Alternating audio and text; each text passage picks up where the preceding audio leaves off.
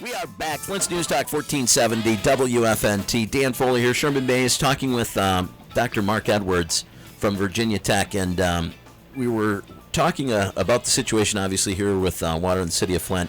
One of the things that came up in the break as well, you are a proponent of going back to Detroit Water.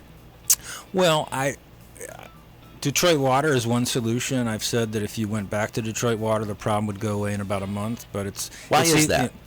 Because Detroit Water is far less corrosive, and it tends to keep the lead on the pipes and out of the water. Okay. And so it'd take about a month to sort of reheal the pipes. But it's also an option. If you can't go back to Detroit, you have to tell people the water's not safe to drink and make sure they take steps to protect themselves. So those are the two options you have. What about treating because at the presentation last night too, they City of Flint said they would be treating the water for this problem with corrosivity. It's a phosphate that you treat with to damp down the corrosivity. Is that correct? Right. Can that help? We've shown in our laboratory testing that that's not going to solve the lead problem in the short term. So it's something all cities are required to have a corrosion control program. And for some reason, as far as I know, Flint is the only city in the country who does not have a federally approved corrosion control program in place. So the water treatment is not meeting federal standards to start with. But just simply putting a phosphate corrosion inhibitor in the water right now, based on our testing at Virginia Tech, is not going to make this problem go away anytime soon. And this is something I remember Bob Bocock was in town back in February, and this was one of the things that he recommended was treating for corrosivity, and they haven't done it at all. And this is the only city, as far as you know, in the United States. You have to have a corrosion control plan 6 months before you switch to a new source water. They don't have one more than a year and a half after switching to the source water. So this is I believe this is against federal law, what's occurring here. Okay. Let me ask you this too. Now you've got the testing that we were talking about that showed that they came into compliance. MDEQ got in touch with Flint. Deadline was approaching to finish getting their samples in, and to let them know that the samples that they'd collected so far show that they're at the action level. Right. You said you've received another document. Yeah, ACLU's done a very good job, and we've followed up on their investigation with a Freedom of Information Act request, and actually received the original report from the city to MDEQ regarding the lead action level compliance for 2015. That original document, the city admits that it's at minimum a technical violation of the rule. And if you look at the samples that were given from the city to MDEQ, Flint failed to meet the action level. Under their own testing? Yes. And what happened to that study? Well, we just got it the other day, and they put out a revised report that they presented to the ACLU. So that was what Kurt was talking about yesterday.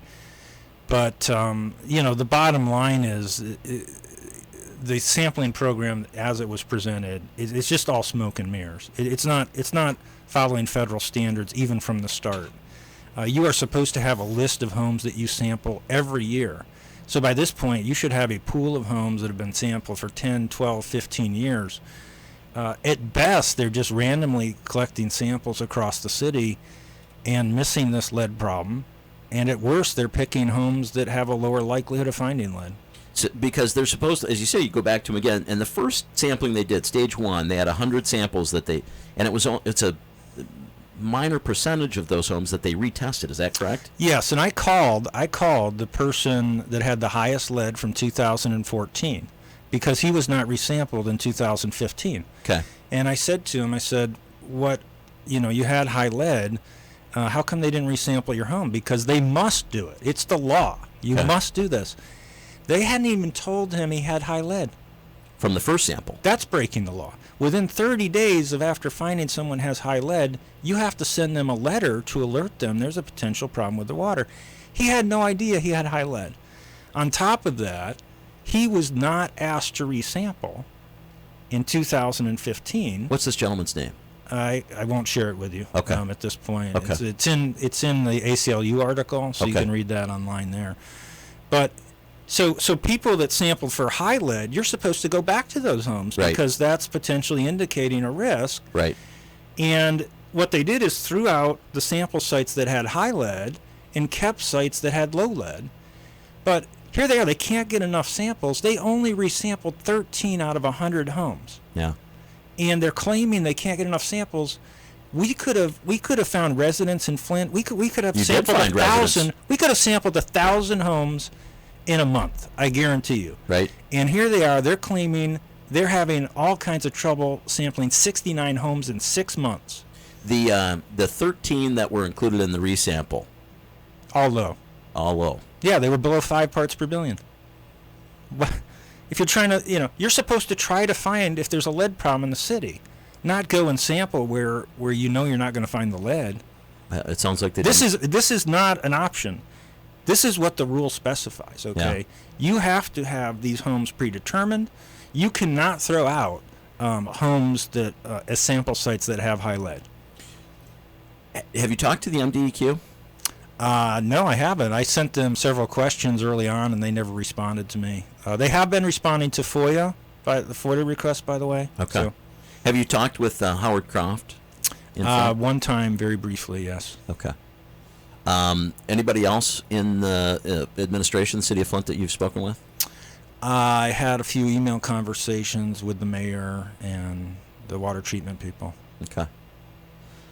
We had a call in the break, and someone asked, lead's a cumulative problem, correct? Is there any way to flush it out of the body if you've gotten certain levels of lead? Is there any way to address that problem? Two things. First off, the damage from lead is irreversible, and that's why that's why you have to stop additional damage from occurring. Okay, Yeah. we can't undo the Right. damage that's been done. As of this moment, we have to stop additional damage from occurring. That's why the law says if you have a lead problem, the first step is you have to tell the public there's a problem and give them information to protect themselves. And Notification. MDQ and the city are still saying the water's safe to drink. Yeah. And they're still saying this is the same problem all over the United States. This is just wrong. They said okay? it. They said it last night at the presentation. They mentioned that the MDEQ shows that they're still in compliance for lead. Their words are leaving people in harm's way.